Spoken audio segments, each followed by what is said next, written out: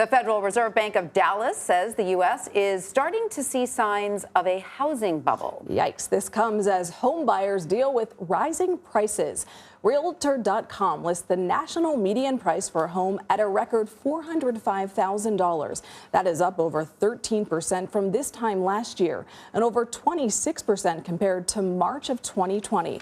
But experts say rising home prices aren't the only thing that signal a potential bubble. Things like shifts in disposable income, supply disruptions, and rising costs of labor and raw materials are also major factors. Joining us now is Sheryl Palmer. She is the chairman, president, and CEO of Taylor Morrison, one of the largest home building businesses in the U.S. Sheryl, thanks for joining us. Welcome. Do you think we could be heading toward a housing bubble? Well, good morning, and thank you for having me here today. You know, I don't really, I would not describe our environment a bubble. Certainly, we have had characteristics of started really not long after the pandemic that have put housing demand on steroids. And, you know, if I go back to 2020, we came into the market pretty strong. Then COVID hit, things slowed down. And then they started up again, probably late that spring and haven't stopped. But when you look at the characteristics of the demand that we're seeing, this is very different than prior market disruptions. So I think that people refer to a rising rate environment and a lot of price appreciation as bubble-like. But I don't think we can look at our old playbook from prior time periods and in any way correlate it to today's environment. We're in a very different place with housing supply, where we have none. We're in a very different place with the demographic tailwinds and the millennials buying, and even the generation behind them.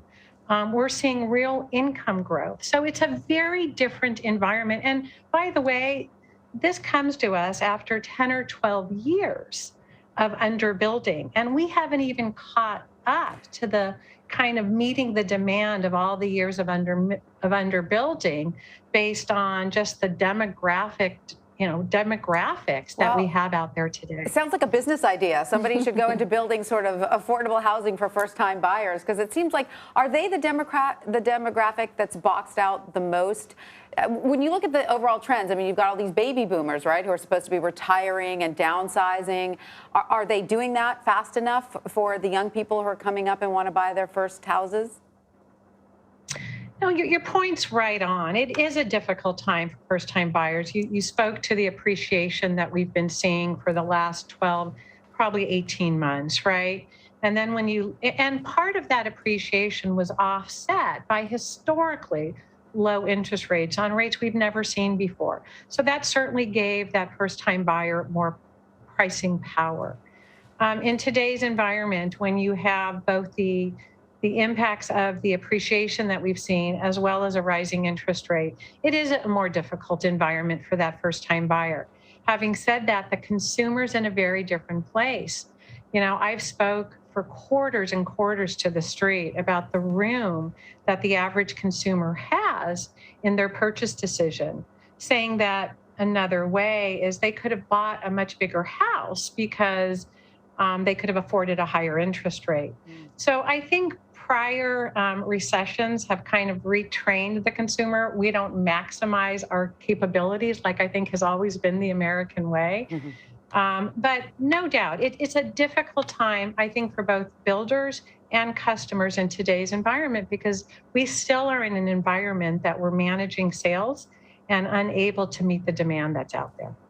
What has the behavior of home buyers looked like through the pandemic, and is that shifting at all? Certainly it is. You know, when we started through the pandemic, we had to kind of engage with the consumers in a different way. And so we certainly had the opportunity with all of our virtual tools to communicate with the consumers differently. And, you know, the pandemic might have put that, brought that to help us bring that to market sooner.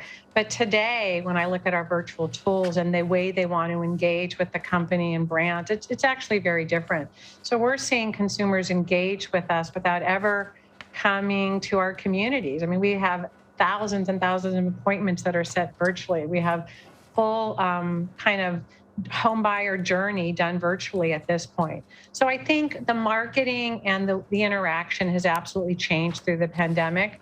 I also think the product has changed. When people found themselves at home for so long, there were things in their house, their castle, that were more important. One that has been very prevalent has been healthy spaces. So that's why we introduced our TM Live Well, to make sure they felt very safe in their house. I think the other two that I would point to, there's so many, but I would point to two more for you. One is the need of technology. And, it's no longer about, does my cell phone work? Can I get on Facebook? It's about, do I have connectivity? So technology has become very important. And I think outdoor spaces is something equally. It's not just about the house, but it's about the neighborhood. Do I have a safe place for my kids to be outside and play, that I can have interactions with my neighbors? So in some ways, we've seen some of those kind of early virtues return back to the way we use our house.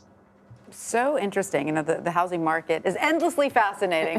Sheryl Palmer, thank you so much for joining us. We truly appreciate it. Oh, thank you for having me. Have a great day.